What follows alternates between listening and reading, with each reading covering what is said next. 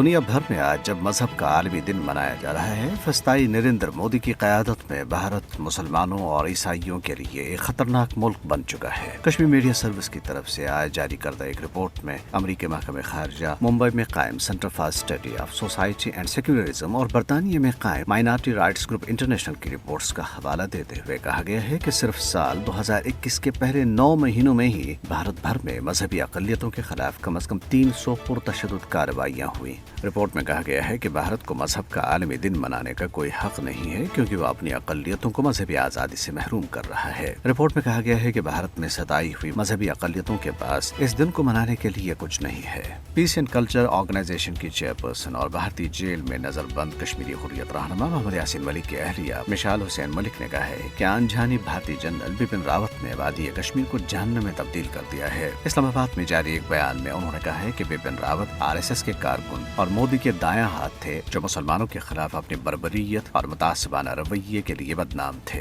انہوں نے کہا کہ مودی کے بھارت میں مسلمانوں اور دیگر اقلیتوں کے خلاف نفرت انگیز جرائم میں خطرناک حد تک اضافہ ہوا ہے کیونکہ انتہا پسند ہندو رہنما کھلے عام مسلمانوں کے خلاف نسل کشی کا مطالبہ کر رہے ہیں۔ کل جماعتی حریت کانفرنس کے وائس چیئرمین شبیر احمد شاہ نے مختلف علاقوں سے 8 نوجوانوں کی جبری گرفتاری کی شدید مذمت کی ہے۔ نئی دلی کی بدنام زمانہ تہاڑ جیل سے ایک پیغام میں انہوں نے کہا ہے کہ یہ ہماری اجتماعی اور اخلاقی ذمہ داری ہے کہ ہم بھارت کی طرف سے وحشیانہ فوجی طاقت کے استعمال کے باوجود بہادری، حوصلے اور صبر و اتحاد کا مظاہرہ کریں اور مزاحمتی تحریک کو اس کے منطقی انجام تک پہنچائیں۔ انہوں نے بھارت کی غیر منطقی ہر دھر میں محصور علاقے میں معصوم لوگوں کے بے رحمانہ قتل، نوجوانوں کی بے طریق گرفتاریوں، مختلف بہانوں سے عوام کی تذلیل اور سیاسی سرگرمیوں، اظہار رائے کی آزادی اور شہری آزادیوں پر پابندیوں پر افسوس کا اظہار کرتے ہوئے کہا کہ ایک مقامی عوامی تحریک کو جس کو اقوام متحدہ اور بین الاقوامی برادری کی طرف سے قانونی حیثیت حاصل ہے، فوجی طاقت سے دبایا نہیں جا سکتا۔ دریاسنا پولیس نے جنوبی کشمیر کے ضلع پلوامہ میں سوشل میڈیا کا استعمال کرنے پر ایک شہری میر مشتاق احمد کو گرفتار کر کے اس کے خلاف مقدمہ درج کر لیا۔ پولیس نے الزام عائد کیا ہے کہ مشتاق اپنے سوشل میڈیا اکاؤنٹ کے ذریعے